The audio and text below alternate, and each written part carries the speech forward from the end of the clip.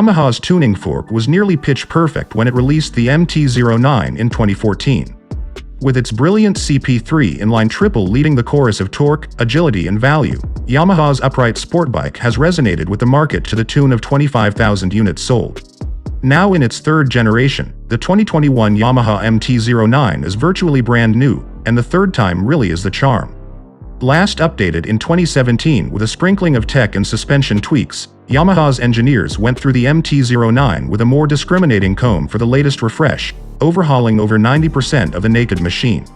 It has an entirely new 890cc cross-plane 3-cylinder engine, a thoroughly updated and significantly stiffer chassis, state-of-the-art electronics and a fresh look that results in the most refined MT-09 yet. Trust me, the $400 price increase is money well spent. Faithful master of torque devotees might see any engine finagling as blasphemous, and had the new lump not been an out-of-the-park home run, I'd have taken up the pitchforks with them. Displacement increased from 847cc to 890cc thanks to a revised crankshaft with a 3mm longer stroke and 15% more inertia. That heavier crank helps the MT-09 produce 6% more torque, ever present and supremely tractable, by the way. The new engine is bigger and punchier, yet claimed fuel economy is up by 11%. The tale of the tape continues with camshafts sporting more aggressive profiles, redesigned forged pistons, a new intake system featuring 3 tuned intake duct lengths and throttle bodies with integrated fuel injectors aimed directly at the intake valve heads. A new cylinder head has a narrower combustion chamber and a 12% reduction in water jacket volume for faster warm-up times. Hit the starter, and a familiar yet throatier growl is heard from the updated underslung exhaust. No visible mufflers here, just a box under the bike with 2 exhaust holes in the bottom. Release the revised assist and slip clutch and you're met with a silky smooth power plant that pulls hard from the depths of the rev range and continues all the way to redline, with a rush of power that comes alive above 7,000 revolutions per minute.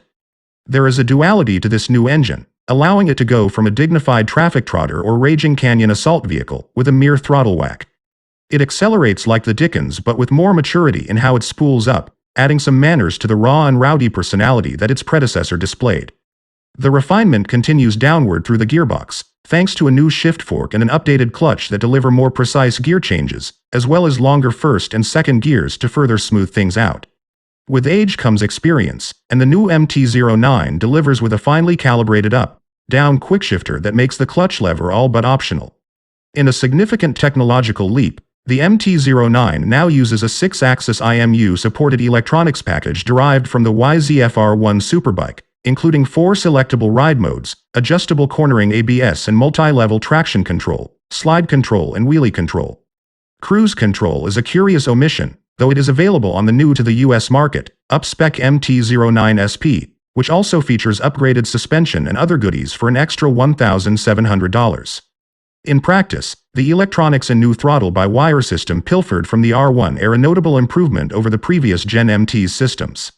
Throttle response is clean and precise in every mode, without any of the unpleasant throttle snatch present on prior generations, even in the most aggressive setting. While not the biggest and flashiest around, the easy-to-read 3.5-inch full-color TFT display is a welcome upgrade. All of the rider aids can be disabled, save for ABS, and I'd argue that doing so isn't necessary on the street unless you are a true wheelie wizard. They work their magic in the background, and the lower settings allow for a civilized amount of disobedience. Hold the throttle open and click through the gears while the wheelie control hovers the front at a sensible level. Then there is the all-new aluminum twin spar frame that has 50% more lateral rigidity, a stiffer swing arm and updated KYB suspension that has transformed the riding experience. In its younger, rowdier days, the MT's chassis wasn't up to snuff with its stellar engine, and I'm glad to report that those days are behind us. From the engine to the frame, swing arm and wheels, precious ounces were shaved off, further contributing to the MT's newfound handling abilities. Yamaha managed to save 8 pounds collectively, resulting in a 417-pound claimed wet weight. Engineers reworked the MT's geometry by dropping the head tube 1.2 inches, leading to more confidence in the front end, encouraging quicker steering with improved feedback to boot. The wheelbase is also tightened up a tad while trail grew a hair, thanks to new triple clamps. Coupled with stiffer bits all around, the refreshed Yamaha is stable and confident in every situation. The fully adjustable KYB fork has new innards and slightly shortened travel, and in the rear, a new shock also has a smidge less travel and offers preload and rebound adjustability. The sporty yet plush suspension provides more support under braking and greater stability when flip-flopping through the twisties. Better yet, comfort hasn't decreased and was thoroughly tested on the pothole-infested streets of downtown Los Angeles. Perhaps some of that increased comfort can be attributed to the more conventional riding position. The two-position adjustable upright handlebar and adjustable foot pegs keep the rider propped up for all-day riding. At the same time, the marginally taller 32.5-inch saddle has a flatter profile, ridding the MT of the feeling that you were always sliding into the fuel tank. You wouldn't guess that the seat is taller, as the chassis is extremely narrow at the tank seam, allowing my 32-inch inseam legs to reach the deck with room to spare. Bestowed with a new Nissan radial master cylinder borrowed from the R1, the 4-piston Advex calipers and 320mm rotors are some of the few carryover components on the mount. Stopping power has never been an issue and still isn't, though I'd prefer more feedback at the adjustable lever. And it'd be nice if the clutch lever were adjustable, too. Maybe next year. The returning rear stoppers work keenly for line correction in low-speed riding.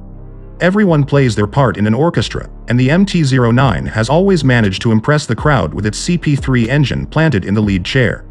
It was enough to convince me to wave off its predecessor's shortcomings as things that the aftermarket can solve.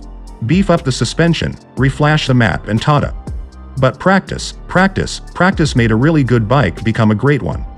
Because that's what it takes to get to Carnegie Hall, and the 2021 Yamaha MT-09's new engine, chassis and electronics all work in harmony now, representing an even better value in the class.